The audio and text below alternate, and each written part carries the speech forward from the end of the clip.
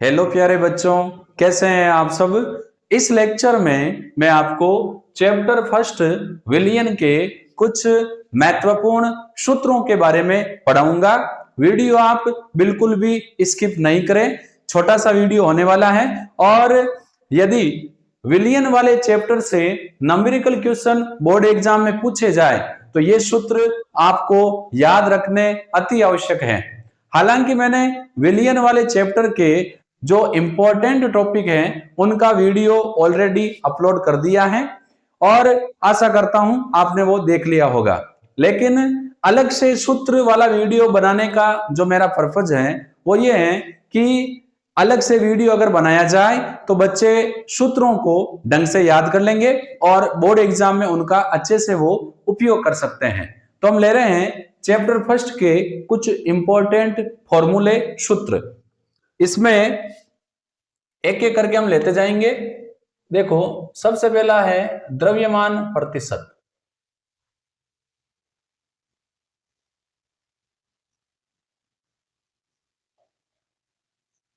द्रव्यमान प्रतिशत को शॉर्ट में हम W/W परसेंटेज भी कहते हैं, वेट परसेंटेज। इसका जो फॉर्मूला है वो ये है, ये हो जाएगा विलेय की मात्रा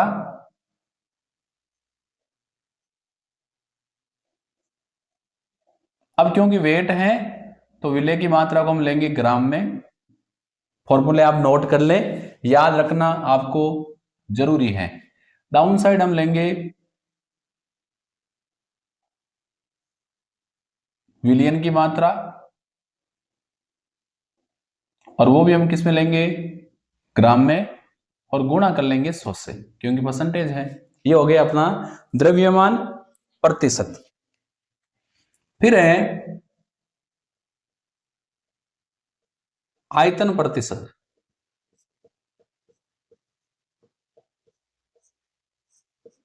इसको हम V/V वॉल्यूम परसेंटेज भी कहते हैं।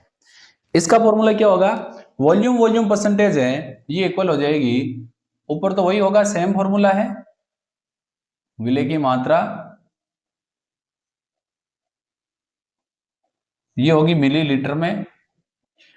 डाउन साइड हम लेंगे विलियन की मात्रा,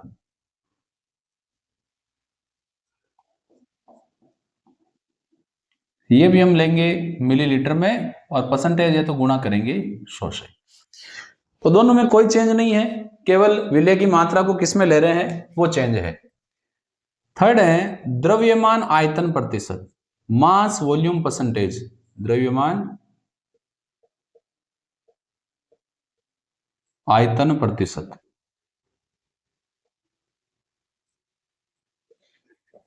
W/V परसेंटेज। इसका फॉर्मूला क्या हो जाएगा, देखो, W ऊपर V नीचे, यानी विलेय की मात्रा ग्राम में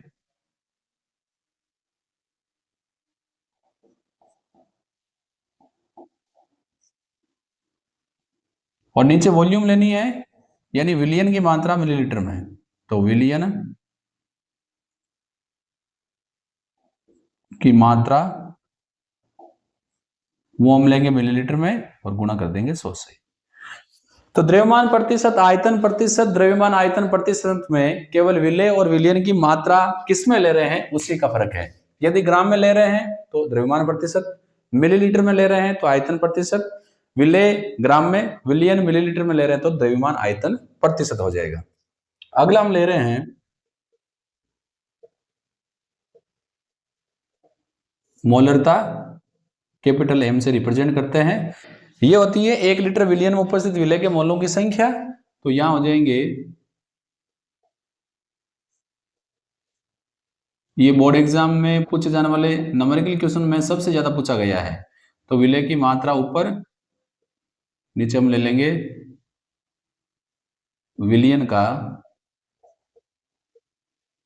आयतन, किसमें, लीटर में। अब आगे इसको करेंगे तो विलेय के मोल क्या हो जाएंगे, पदार्थ के मोल होते हैं विलेय की मात्रा, जिसकी मोल सॉरी मोलों की संख्या निकालनी होती है, उसकी मात्रा में उसके अनुभार का भाग देंगे। तो विलय के मोल निकालें तो विलय की मात्रा नीचे आ जाएगा, विलय का अनुभार इनटू विलयन का आयतन। अब मैक्सिमम नंबर की इक्वेशन में विलयन का आयतन मिलीलीटर में दिया जाता है, तो ऐसी कंडीशन में हमें क्या करना पड़ेगा, ऊपर 1000 का भाग देंगे, क्योंकि आयतन लीटर में ही होना चाहिए। तो ये होगी अपने मोलरता। फिर है मोलरता से मिलता जुलता ही नाम है मोलेलिटी, मोललता। तो यदि बोर्ड एग्जाम में इनसे रिलेटेड क्वेश्चन आए तो आप वर्ड को ध्यानपूर्वक पढ़ें, तभी आप सही देख पाएंगे, क्योंकि मोलरता को आप मोललता पढ़ सकते हैं और मोललता को आप मोलरता भी पढ़ सकते हैं, तो वहां थोड़ा ध्यान रखें।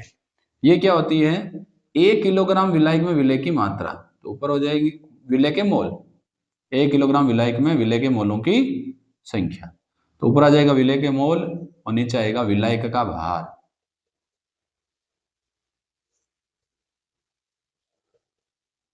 विलय का भार किसमें, केजी में। आगे वही हो जाएगा, मोल निकालना चाहें तो विलय की मात्रा में विलय के अनुभार का भाग दे दो, तो विलय की मात्रा डाउन साइड आ जाएगा विलय का अनुभार इनटू विलायक का भार।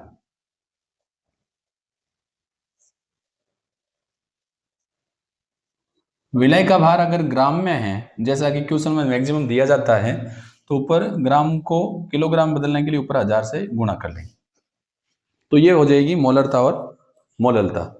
अब एक फॉर्मूला और है, मोल फ्रैक्शन, मोल भिन्न या मोल अंश।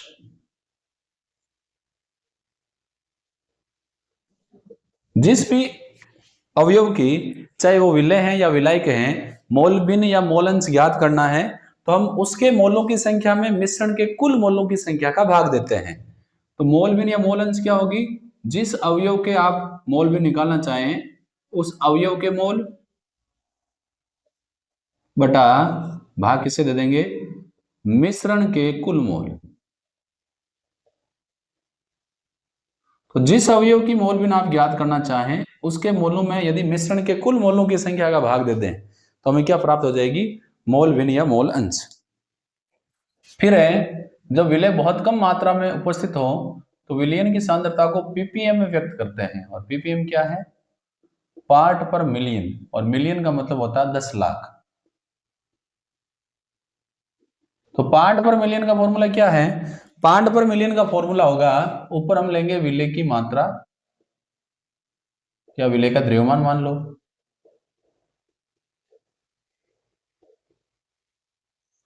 बटा में वही लेंगे विलयन का द्रव्यमान,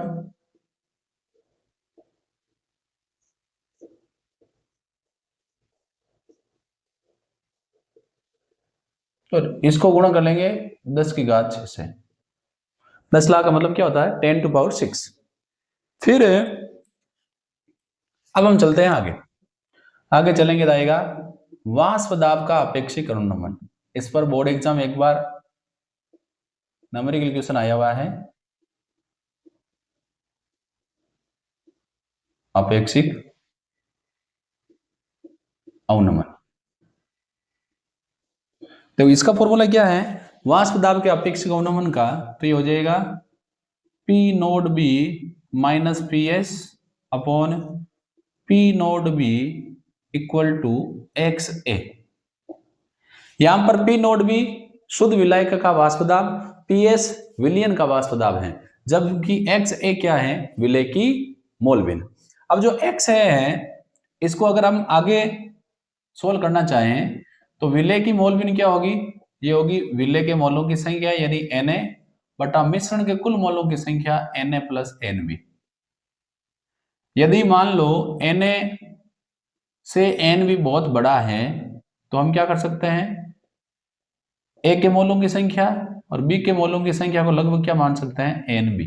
मान सकते नहीं मान सकते, तो ये फॉर्मूला हो जाएगा P naught B minus P S upon P naught B बराबर विलय के मोल बटा विलायक के मोल।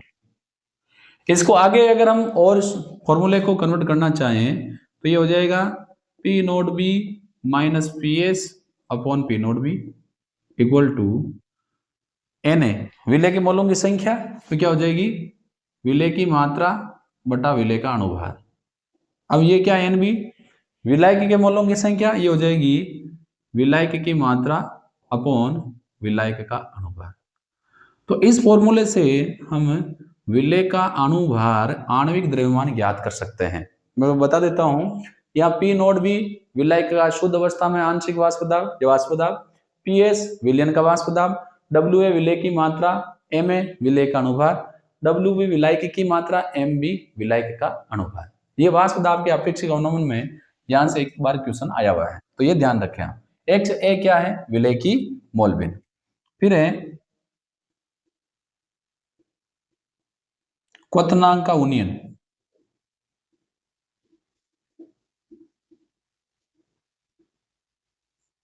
देखो इसका फॉर्मूला क्या होता है, क्वथनांक का जो उन्नयन है डेल्टा टीबी ये बराबर होता है केबी इंटू एम।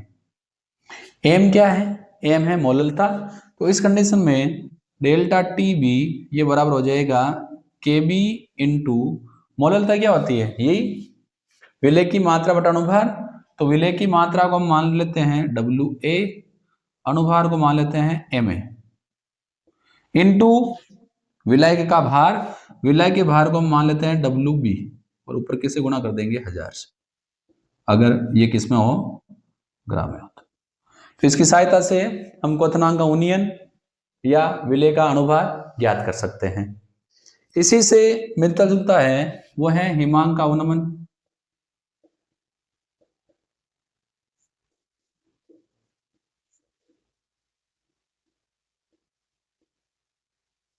हिमांक का अवनमन जो है उसको हम रिप्रेजेंट करते हैं डेल्टा TF से, और डेल्टा TF ये बराबर हो जाएगा KF इंटू एम।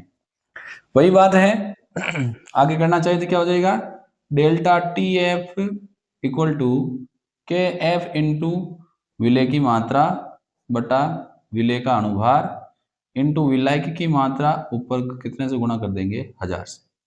तो इस फॉर्मूले से हम विलय का आणविक द्रव्यमान क्वथनांक हिमांक का अवनमन ज्ञात कर सकते हैं। यहाँ Kb क्या है मोलल उन्नयन स्थिरांक और KF क्या है मोलल अवनमन स्थिरांक। ठीक है, फिर है अगला फॉर्मूला जहां से 2-3 बार न्यूमेरिकल क्वेश्चन आए हुए हैं, वो है ऑस्मोटिक प्रेशर प्रासरण दाब। अब देखो प्रासरण दाब के कई फॉर्मूले हैं, डिपेंड करता है कि क्वेश्चन कहां से पूछा गया है। पहला फॉर्मूला है प्रासरण दाब का पाई बराबर CRT। सी क्या है विलय की सांद्रता। फिर इसको आगे हम वेरीफाई करेंगे तो ये हो जाएगा पाई बराबर विलय की सांद्रता क्या होती है विलय के निश्चित विलायक के विलयन के निश्चित भाग में घुले हुए विलय के मोलों की संख्या, तो सांद्रता हो जाएगी N/V इंटू RT। आगे और करेंगे इसको वेरीफाई तो देखो पाई बराबर N क्या है विलय के मोल, विलय के मोल क्या होंगे विलय की मात्रा बटा विलय का अनुभार इंटू V इंटू RT। फिर टोटल 3 फॉर्मूले हैं, पाई बराबर CRT, पाई बराबर N/V RT और pi equal to W/M into V into RT। ये 3 फॉर्मूले क्वेश्चन कैसा आया हुआ है, एक बार क्वेश्चन इस पर आया हुआ है तो ये फॉर्मूला ये लगेगा। यदि आपको सांद्रता दे रखी है तो फॉर्मूला ये लगेगा, विलय के मोल और विलयन का आयतन दे रखा है तो फॉर्मूला ये लगेगा, और विलय की मात्रा विलयन का आयतन दे रखा है और पूछा गया पाई तो M की वैल्यू दे रखी होगी विलय के अनुभार की, या विलय का अनुभार पूछा जाएगा तो पाई की वैल्यू आपको दे रखी होगी। बस ध्यान आपको ये रखना है कि R की वैल्यू अगर नहीं दे रखी है तो आपको 0.0821 रखनी है और T जो है वो केल्विन में रखना है। यदि इसे डिग्री सेंटीग्रेड में है तब आपको उसको केल्विन में कन्वर्ट करना पड़ेगा। तो ये 1-2 फॉर्मूले जो हैं आप स्क्रीनशॉट ले सकते हैं। अब लास्ट फॉर्मूला मैं इस चैप्टर का लिखवा देता हूं, वो है वान टॉप गुणांक का। वान टॉप गुणांक द्वारा विलय के संगुण और वियोजन की मात्रा ज्ञात करते हैं, संगुणन या वियोजन की। और वान टॉप गुणांक को हम किससे रिप्रेजेंट करते हैं I से। तो उसी का फॉर्मूला मैं लिखवा देता हूं, ये इस चैप्टर का लास्ट फॉर्मूला हो जाएगा, वांट होप गुणांक।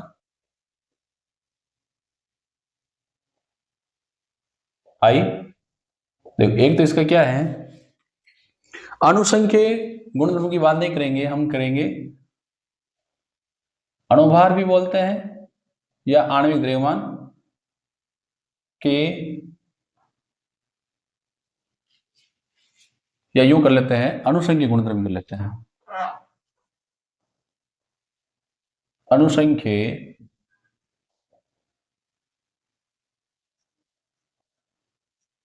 गुणधर्म के प्रेक्षित मान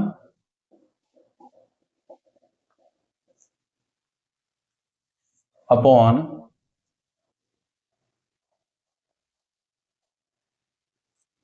मैं मार्कर चेंज कर लेता हूं, ये थोड़ा सा दिक्कत कर रहा है, इंक इसमें मैं भर लेता हूं थोड़ी सी, ताकि अपने दिक्कत ना करे, नहीं करे तो अच्छी है।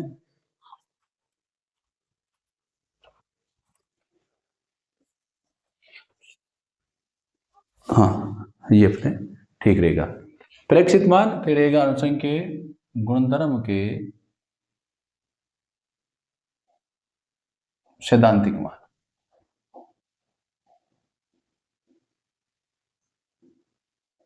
अब अनुसंख्यीय गुणधर्म में सारे आगे वाष्प दाब का अपेक्षिक अवनमन, परासरण दाब, क्वथनांक उन्नयन, हिमांक का अवनमन, या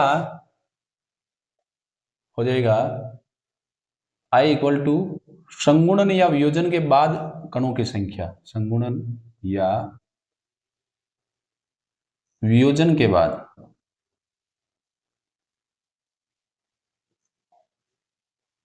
कणों की संख्या,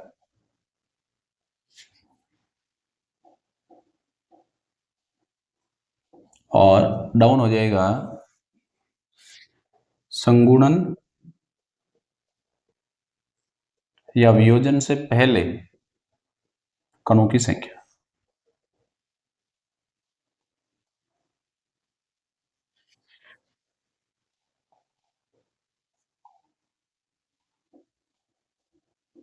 इससे हम वांटोप गुणांक ज्ञात कर सकते हैं।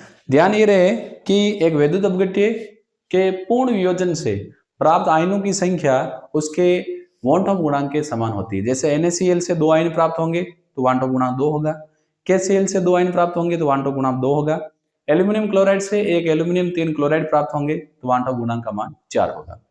अब यदि हम इसको आणविक द्रव्यमान के संदर्भ में रखें तो यहां आएगा अणुभार के सैद्धांतिक मान ऊपर आएगा और नीचे आएगा प्रेक्षित मान, क्योंकि अनुसंख्यीय गुणधर्म और आणविक द्रव्यमान एक दूसरे के व्युत्क्रमानुपाती होते हैं। तो अणुभार अगर आप लेंगे तो ऊपर आएगा अणुभार का सैद्धांतिक मान, नीचे आएगा प्रेक्षित मान। यदि इनमें आप अनुसंख्यीय गुणधर्म शामिल करते हो तो यहाँ पर जैसे ये है तो इसमें I गुणा में हो जाएगा, इसमें भी I गुणा हो जाएगा, पाई वाले में भी I गुणा हो जाएगा, और यहां भी क्या हो जाएगा, I से गुणा कर लेंगे, I इंटू एक्स ए। जब आप वांटोप गुणांक को इंक्लूड करोगे तो अनुसंख्यीय गुणधर्म में I भी इंक्लूड हो जाएगा, यानी अनुसंख्यीय गुणधर्म वांटोप गुणांक पर डिपेंड करते हैं। तो प्यारे विद्यार्थियों, मैंने आपको यहाँ पर चैप्टर फर्स्ट के इंपॉर्टेंट फॉर्मूले नोट करवाए और उम्मीद करता हूँ आपने इसको नोट किया होगा। ये सारे फॉर्मूले आपको याद होने चाहिए। ये फॉर्मूला अगर आपको याद है तो श्योरली इनसे 1 नंबर का प्रश्न तो पक्का ही आएगा, इसमें कोई डाउट नहीं है। 1 से ज्यादा अंक के सवाल भी आ सकते हैं। न्यूमेरिकल आएगा तो इन फॉर्मूले से बाहर नहीं जाएगा, और यदि आपको फॉर्मूले में वैल्यू पुटअप करनी आती है तो आपके जो भी न्यूमेरिकल क्वेश्चन आएगा उसमें आप पूरे में से पूरे अंक अर्जित कर सकते हैं। मैं सुशील कुमार जहांगीर ऐसे ही आपके लिए इंपॉर्टेंट वीडियोज के साथ फिर उपलब्ध होऊंगा। धन्यवाद।